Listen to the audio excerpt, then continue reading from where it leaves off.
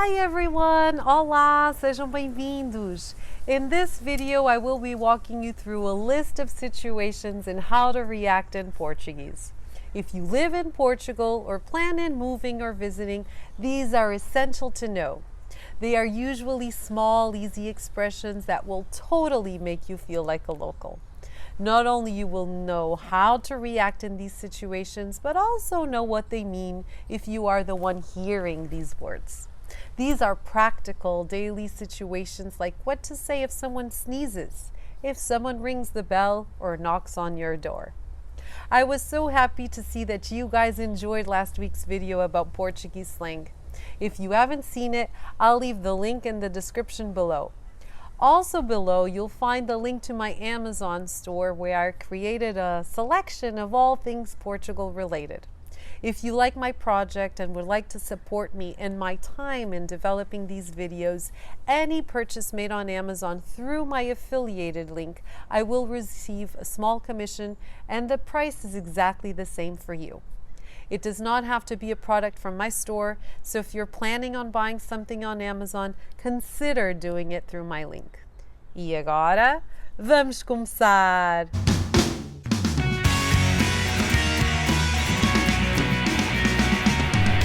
If someone knocks on your door, do you know what to say?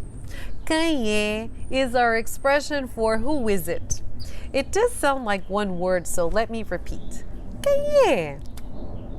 Now you open the door, it was your neighbor, vizinho, and you want to invite him in. Olá, vizinho, entre, por favor, would be the formal come in, please. Entra, por favor, would be the informal. If you want to say, make yourself comfortable, we say, fica à vontade. In the formal, fica à vontade in the informal.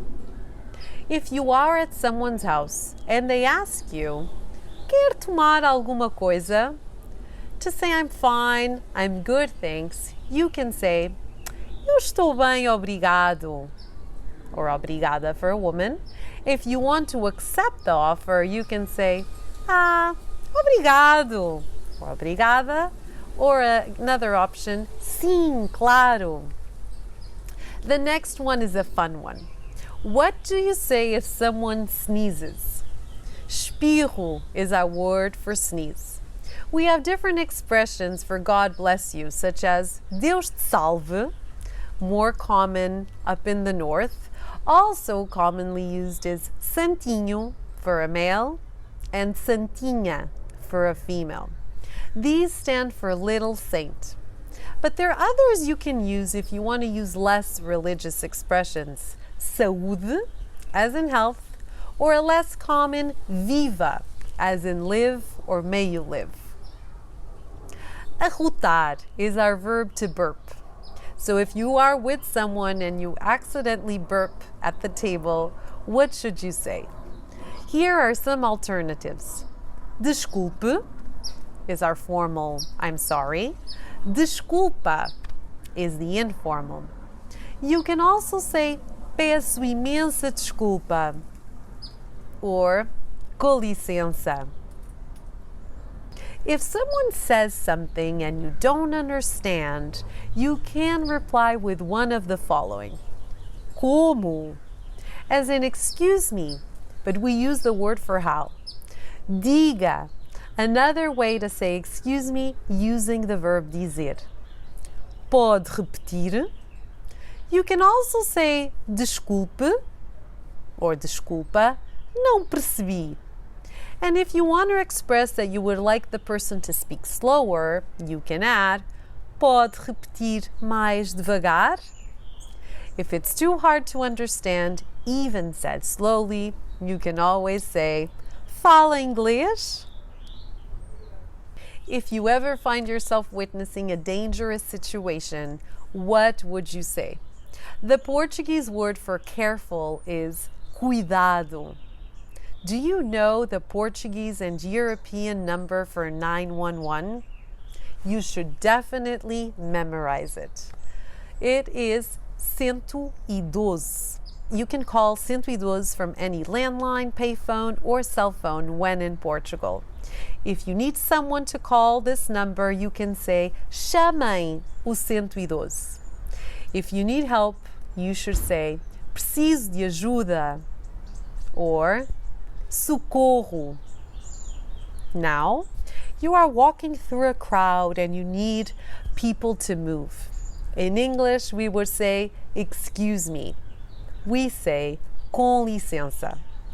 So be careful that in Portuguese, depending on the situation, we have two ways of saying excuse me, and they can't be used interchangeably. Com licença is used to ask for permission to walk through, and excuse me when burping, or a very polite way to enter someone's house or room.